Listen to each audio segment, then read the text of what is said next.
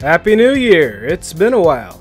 Everybody on YouTube seems to be putting out channel update videos, so I figured I'd come out with one of my own. The update being that this new show is officially back for 2020.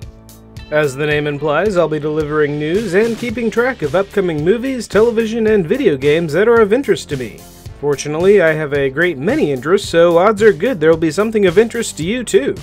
There may be some changes down the line. I'm hoping to tweak the format to make these more interesting to watch and less time-consuming to make. I can work on the latter, but you'll have to let me know what you'd like to see for the former.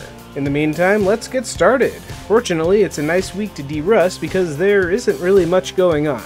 The biggest news of this week all seems to center around Disney+. The new streaming service may be quietly removing some movies as they navigate Disney's labyrinth of licensing deals, but there's still plenty to watch in 2020.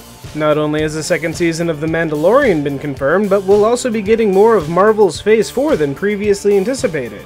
Due out this fall, The Falcon and the Winter Soldier had been the only Phase 4 show slated for 2020, but this week it was announced that WandaVision will be moving up from its spring 2021 release. Moving into upcoming releases in theaters this week, we dive into the past with 1917.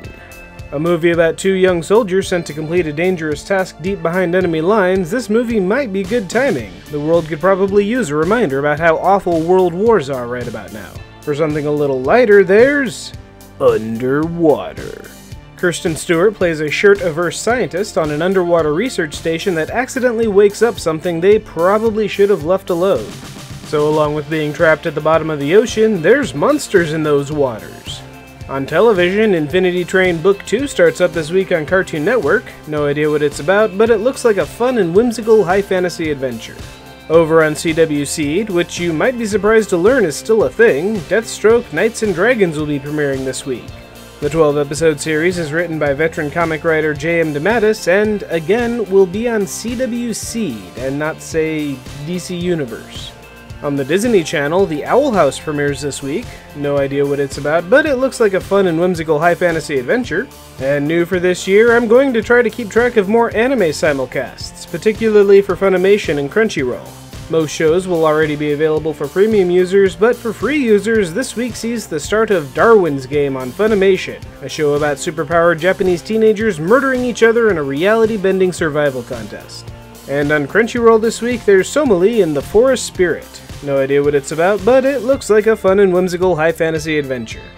Moving into video games, it's time to dive back into the never-ending deluge of weekly releases on Steam. This week we have Winnie, a short little story-based RPG about a couple of kids lost on a mountain. For something more conventional, Many Faces is a retro arcade shooter with randomly generated levels to navigate and 7 bosses to defeat. While not technically a new game, Monster Hunter World Iceborne is releasing on Steam this week as a DLC expansion, so gear up again to kill even more crazy monsters in incredibly long multi-phase battles. Hitosu no Mori is our indie RPG of the week. Doesn't look to be much in the gameplay department, but the art is real pretty. Gemcraft shows that mediocre-looking tower defense games are still coming out with the same frequency in 2020, and if I had the time, I'd play them all. The Blind Prophet is a point-and-click adventure game with some seriously wicked art design, so that's pretty neat. And finally on Steam, Vampire Martina Bloody Day 228 is a subpar-looking beat-em-up that puts you in the role of a 17th century European immigrant vampire in Taiwan that gets involved in 1947's February 28 incident, a real historical event in which the Chinese government killed hundreds if not thousands of civilians during an anti-government uprising. That is a heck of a backdrop for, again, what looks to be a subpar beat-em-up.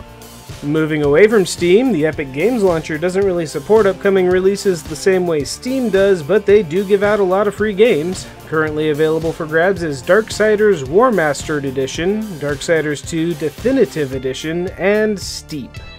Heading into consoles, Xbox One owners can get their hands on Dragon Sinker Descendants of Legend, a 2017 3DS game that was ported to every other major platform in 2018 and is now finally, in 2020, coming to Xbox One. And that leaves us with this week's first awesome video of 2020. Blue from Overly Sarcastic Productions has a handful of silly stories from history to share. Number 4 will surprise you. And so lay the greatest poet in Italian history, packed up into a tiny box and hidden behind a wall like he was a secret stash of Christmas presents. That's it for this week. So what are you looking forward to most on Disney Plus this year? Let me know in the comments. Maybe give this video a like and share while you're at it. Not to game the YouTube algorithm, I just really appreciate the positive reinforcement. Subscribe if you'd like to see more videos like this, and have a great week!